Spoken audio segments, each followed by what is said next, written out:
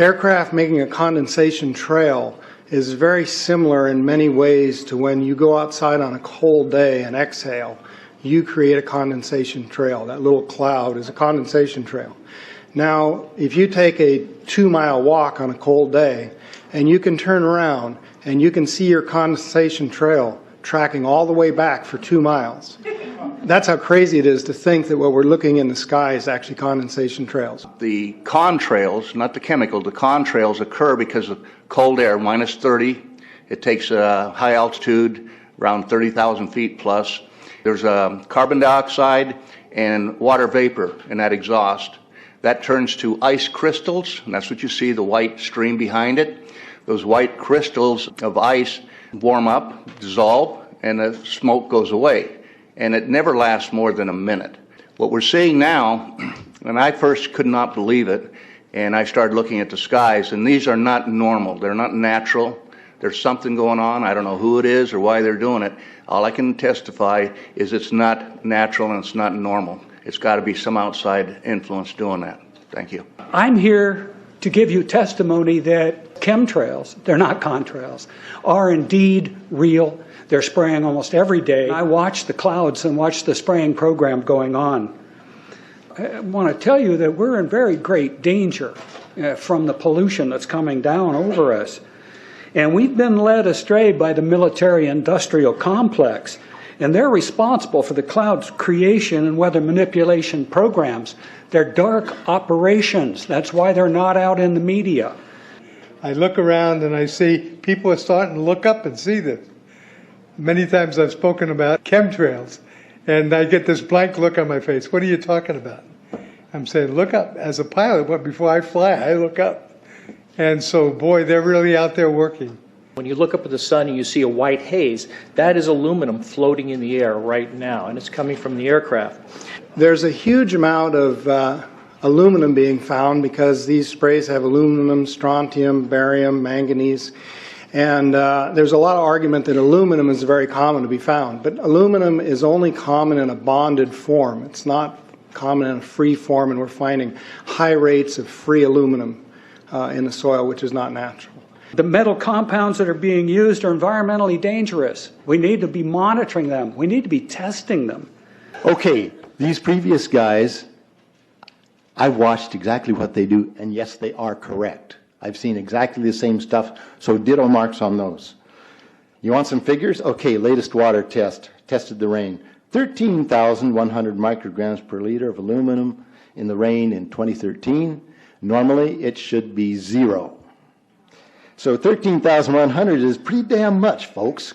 It used to be 0, then it was 100s in the 2000s, and then since 2010, it's into the 1,000s and the latest 13,100. In the snow on Mount Shasta, pristine Mount Shasta, 61,000 micrograms per liter, 4 times the amount that is found in the soil up there. Where in the hell is this stuff coming from if it's not coming from the soil? We have clouds in the sky we've never seen before. Almost every day I'm seeing clouds I've never seen before. And NASA has been even named a few of these new clouds. It's really interesting, but NASA is a corporation. I want you to know that. NASA has also conducted a research program in what they call metallized fuels. We're actually putting aluminum oxide right in the fuel because it has 2 atoms of aluminum and 3 atoms of oxygen. So during the combustion process, it releases all that oxygen and dramatically increases efficiency, but it leaves the aluminum in the air. We got things coming from sky down, and it's a huge, huge problem. Because as it comes down, what happens is a couple of things. Is that it actually is in our air, we breathe it. And as we breathe it, it's actually going to go up through our nostrils, into our brain, easiest access to our brain frontal lobe.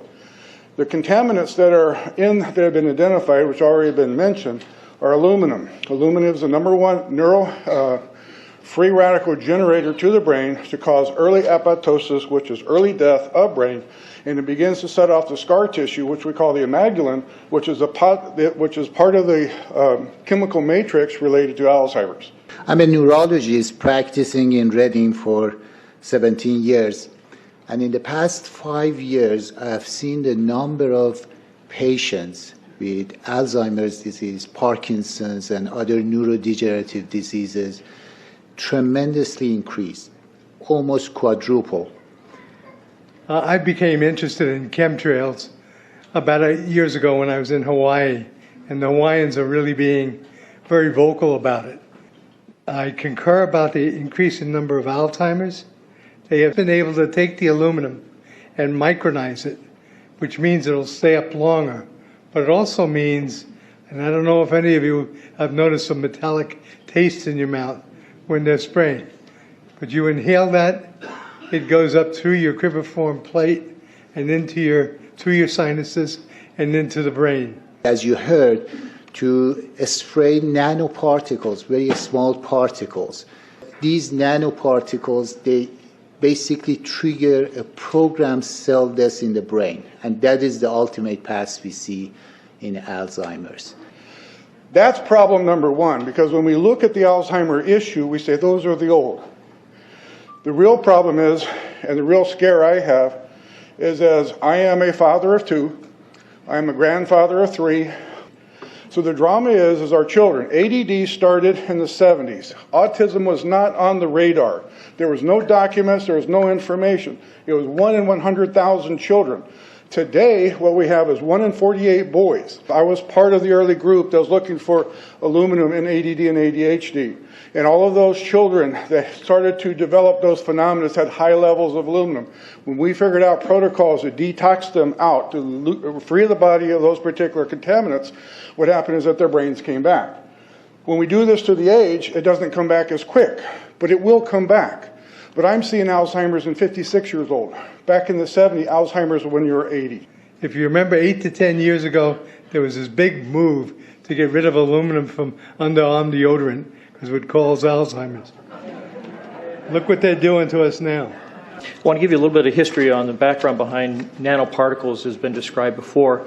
A nanometer is 1/1,000,000th of a meter. It's very small. In fact, if you have particles, say, that are 40 or 50 nanometers across, you can take and line 50 of them up next to a single red blood cell. These things are extremely tiny. They're pervasive. The collapse and decrease of agriculture is something I worry about even more than the previous info about autism and Alzheimer's. Believe me, I'm seriously concerned with what I'm watching.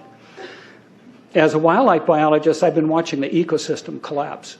When you lose all your stream organisms, when you have aluminum overload in your streams, you're killing your microbial bacteria and you're disrupting the entire ecosystem. So it goes way beyond just a little bit of pollution.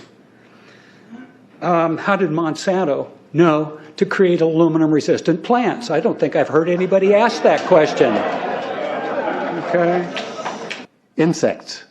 I've done studies in Siskiyou County. They're at 20% of normal. The aquatic insects basically made a nosedive in 2006 to about 20% of normal. So far this year, I've sampled 200 trout stomachs. 98% of them are empty. So sorry about the trout fishing, fellows.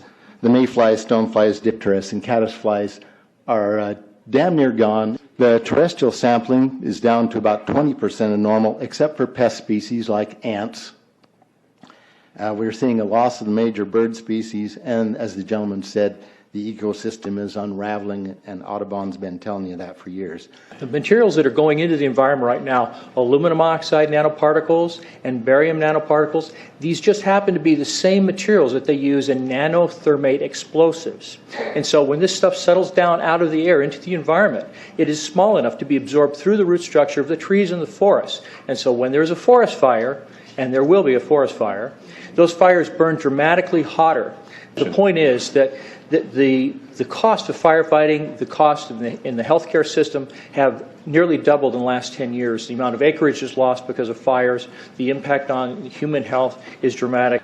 I personally tested water and aluminum, and I found aluminum had 47 times the normal expected amounts. Strontium had 10 to 20 times the amounts. Barium was 20 times. This is what the stuff looks like here. Collected, it looks, most people just think it's a cobweb, but I tested it, it has outrageous amounts of barium, strontium, and aluminum, but they destroy the sample, so I'm not letting this get away from me. You know, these tests are international. in scope. We're seeing this all over the world, guys. Okay, pH of acid soils is 20 times more alkaline. The aluminum in the soil has doubled in the last 10 years. The rain normal was 5.6. It's 20 times more alkaline. Aluminum blocks essential nutrients. I am unable in my garden to restore normal pH, and that's because nanoparticles are now in the circulatory systems of both plants and humans. The Air Force conducted a study starting in 1993. It was called In Vitro Toxicity of Aluminum Nanoparticles in Rat Alveolar Macrophages. That's a real fancy way of saying testing the effect of aluminum nanoparticles on the white blood cells in the little air sacs in your lung, the alveoli. And what they found in this 8-year study was that these particles, when you're exposed to them long enough, it suppresses the ability of your white blood cells to defend you from airborne infections coming into your lungs. So it suppresses your immune system. But they also found that these same particles, once they get into your system, they can actually go through the barrier in each one of the cells. They get inside the cells, and these particles can actually suppress the ability of mitochondria, which are in the cells that help to gobble up toxins and things that would be harmful to the nucleus and the reproduction process of the cells in your body. These processes are suppressed, and so essentially by breathing this material in, your immune system is dramatically suppressed. I wrote to the federal government because Air Force wrote a book, and on the first page of the book they said, we're going to control the weather by the year 2025.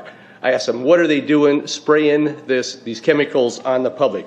I said, there's a violation of United States Code 50 USC 1520, which prohibits the American government from experimenting on the U.S. citizens with chemical agents. I said that law also requires who's ever experimenting, when the federal government does it, that they have to report to Congress within 30 days. They wrote back, they said they don't know what I'm talking about. We have enough evidence that there's this spraying going all over the place. We were warned about the takeover of our freedoms by the military-industrial complex by both Eisenhower and Kennedy. They're gaining traction on us, folks. We are in trouble more than just a spraying program. All I can say is it's about time we get up in arms about this, because it is affecting our health. It's high time that we as citizens of this great country take action. Board of Supervisors in Suffolk County, New York, they outlawed geochemical engineering. Hawaii passed an ordinance prohibiting geochemical engineering. I urge you to bar geoengineering in Shasta County and pass an ordinance. At least ask some damn questions. What the hell is all this aluminum doing here? Why are the trees dying, fishes dying? Why is there Alzheimer and aluminum spiking? And why are these fibers on the ground here in Shasta County? Thank you. Thank you, Mr. Marmon. Today, the Shasta County Board of Supervisors has been the beneficiary of some sincere, passionate, and knowledgeable comments. And I thank you for those. I am in agreement with my colleagues about sending letters and a call for action, but I would hope that we could go a step further. I would like for us to send a copy of this video where all of you spoke today, all 2.5 or 3 hours of this testimony, to be sent to our senators and our U.S. representatives, and also our representatives in the state of California. We'll do that. Let them listen to the passion that came out of this meeting today. Thank you. You have the motion in front of you. I think it's understood. All in favor, say aye. Aye. Any opposition? Motion passes unanimously.